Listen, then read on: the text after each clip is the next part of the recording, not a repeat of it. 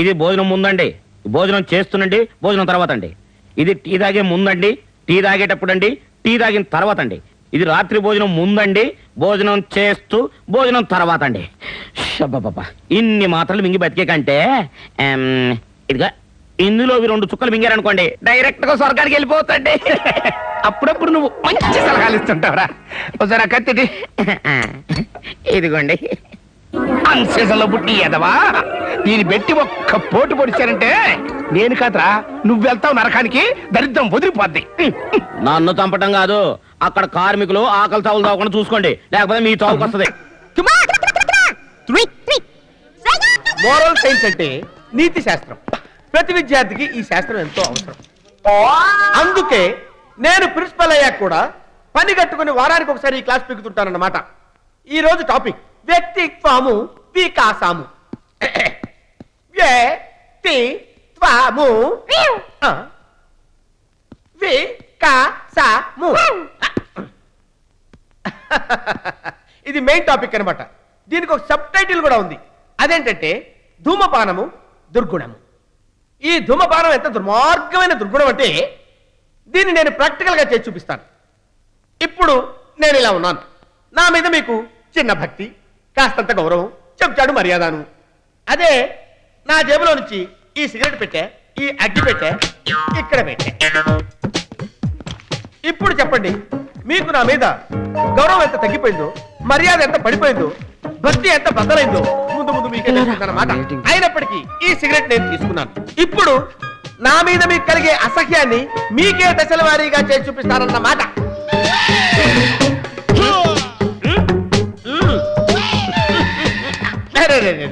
కింద పడిపోయింది, ఏం పర్వాలేదు, ఇంకో సిగరెట్ తీసుకుంటా, లెసన్ మాత్రం కంటిన్యూ చేస్తా. ఇది 2వ సిగరెట్. ఒకప్పుడు నన్నందరూ నారదుడు అనేవారు. ఎందుకో తెలుసా, నేను వస్తుంటే నాకంటే ముందు పొగొచ్చేది. అంత చేసిపోకన్నమాట.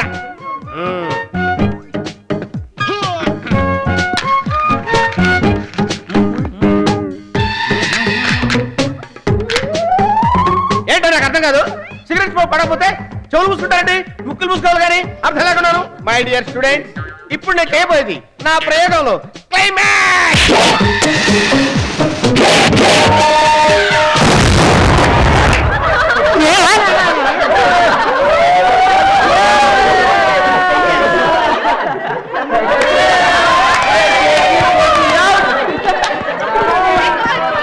Students must be crazy.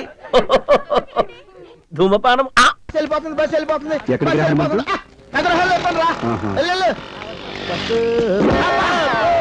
ఎవడు గున్నపోతున్నాడు అమ్మా.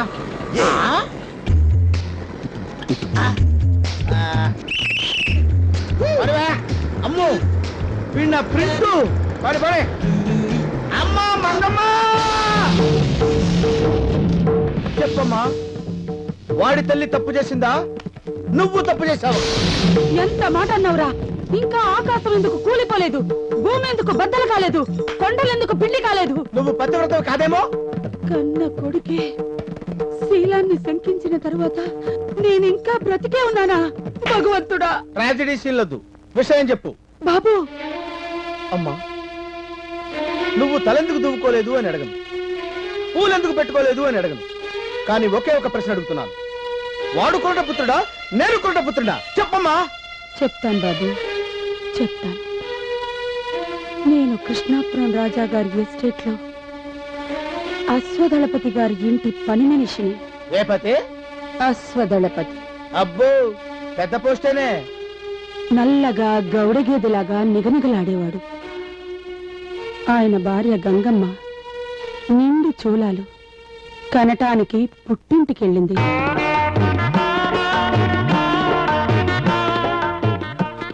ఆయనకి జబ్బు చేసింది. నేను పరిచర్యలు చేస్తున్నాను. ఓ రోజు స్నానం చేయిస్తుంటే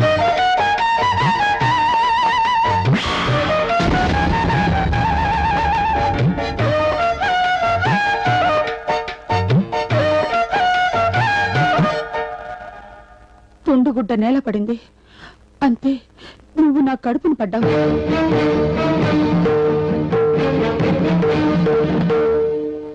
నెల తప్పాను అంటే నువ్వు సంవత్సరం తప్పినా నాకు అనవసరం అన్నాడు. నీ బిడ్డకు తల్లిని కాబోతున్నాను అంటే ఛీ, పని మనిషి బిడ్డను నా కొడుకుగా ఒప్పుకోనని నిర్దాక్షణ్యంగా నా చుట్టు పట్టి బయటికి ఇంటేశాడు. అప్పుడు ఊడిపోయింది ఈ ముడి. నా కడుపులో పెరుగుతున్న బిడ్డ ఏనాటికైనా నీ కొడుకేనని నీ నోటితోనే ఒప్పిస్తాను. అంతవరకు ఈ వెంట్రుకల ముడి వెయ్యనని మంగమ్మ శపథం చేశాన్రా. అమ్మా మంగమ్మ, నీ శపథం నేను నెరవేరుస్తానమ్మా. నీ వెంట్రుకలకి కొబ్బరి నూనె కాదమ్మా, నాన్న చేత అత్త రాయిస్తానమ్మా. పేలు తీయిస్తా, కుక్కిస్తా. ఆ నల్ల నాన్న చేత నీ జల్లో మల్లెపూలు పెట్టిస్తానమ్మా. ఇదే నా శపథం. బీపీ నాకు నార్మల్. డాక్టర్ గారు, మీరు ఆపరేషన్ చేసి మా పిల్ల ప్రాణాలు కాపాడారు. మీ రుణం ఈ జన్మలో తీర్చుకోలేను. నేను నిమిత్త మాత్రుని, నాదేముందయ్యా, అంతా దేవుడిదయ్యా. ఏ దేవుడు డాక్టర్ గారు? ఒకరనే ఉందమ్మా. శ్రీశైలం మల్లన్న కావచ్చు, భద్రాద్రి రావన్న కావచ్చు, షిరిడి సాయన్న కావచ్చు, తిరుపతి వెంకన్న కావచ్చు. వస్తాం డాక్టర్ గారు. మరి నా ఫీజు? మీరు చెప్పిన దేవుడి పేరు మీద ఏదో హుండీలో వేస్తాంలేండి. బీపీ అబ్బు నార్మల్. నెక్స్ట్. నా డబ్బులు తిన్నవాడు ఎవరు బాగుపడతాడే, సార్సు జ్వరం వచ్చిపోతాడు. డాక్టర్ గారు, డాక్టర్ గారు, Yes? ఇది మీకు న్యాయంగా ఉందా? ఏమిటి ఎక్స్రే చూడటమా? కాదు, రిపోర్ట్ రాయటం. ఏం జరిగింది తల్లి, ఎందుకంత టెన్షన్ పడుతున్నావు? Cool down. టెన్షన్ నాకు కాకపోతే మీకా? మ్యాటర్ ఏంటి? 10 రోజుల క్రితం పిల్లల కోసం నేను మా ఆయన టెస్ట్ చేయించుకోవడానికి మీ దగ్గరకు వచ్చామా? వచ్చారు. అప్పుడు నాకు టెస్ట్ చేసి మా ఆయనకి ఏం చెప్పారు? మీ ఆవిడకి ఖచ్చితంగా పిల్లలు పుడతారని చెప్పాను. మరి మా ఆయనకు టెస్ట్ చేసి నాకేం చెప్పారు? నీకు ఈ జన్మలో పిల్లలు పుట్టే అవకాశం లేదు అని చెప్పాను. మరి ఆయనకే అవకాశం లేనప్పుడు నా పుడతారండి, చెప్పండి. అలా చెప్పానా? I'm very sorry. ఆ రోజు ఆపరేషన్ టెన్షన్ లో ఉండి మీ ఇద్దరి మధ్య ఉన్న రిలేషన్ మర్చిపోయాను.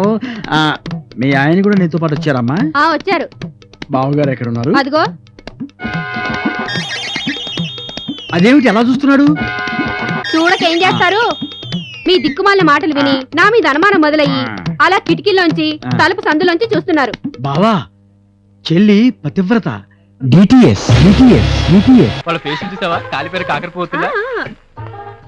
మాయా, మాయా, ఎక్కడా? ఇక్కడ. మనకి టపాసులు అంటే దడ, తారాజు అంటే వణుకు. నువ్వు వేసేయి. తారాజు నెంబర్ 1 ఫస్ట్ అది వెలిగించరా అల్లుడు. ఎరగ తీస్తా.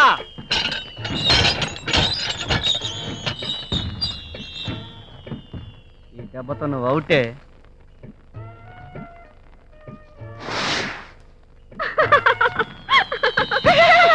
ఇదేట్రా, రోజు చూస్తే నీలాగా ఉంది, ఎలిగితే తుస్సుమంది. సేమ్ నీట్ అయిపోయా. అరొక వినబడుద్ది. వెలిగించు, ఇంకో టపాసు వెలిగించు. వేస్తా, ఇంకోటి వేస్తా. అయిపోయావు.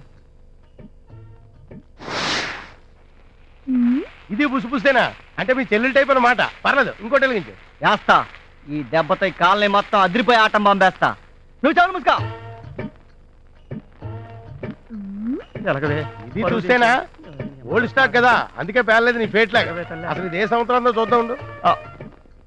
ఓ 1946 బిఫోర్ ఇండిపెండెన్స్. ఇంకేం పేలుద్ది? మీ అమ్మ టైపు.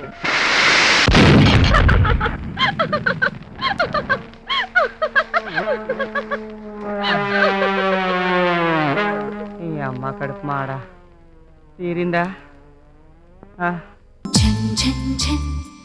తెలుగు 1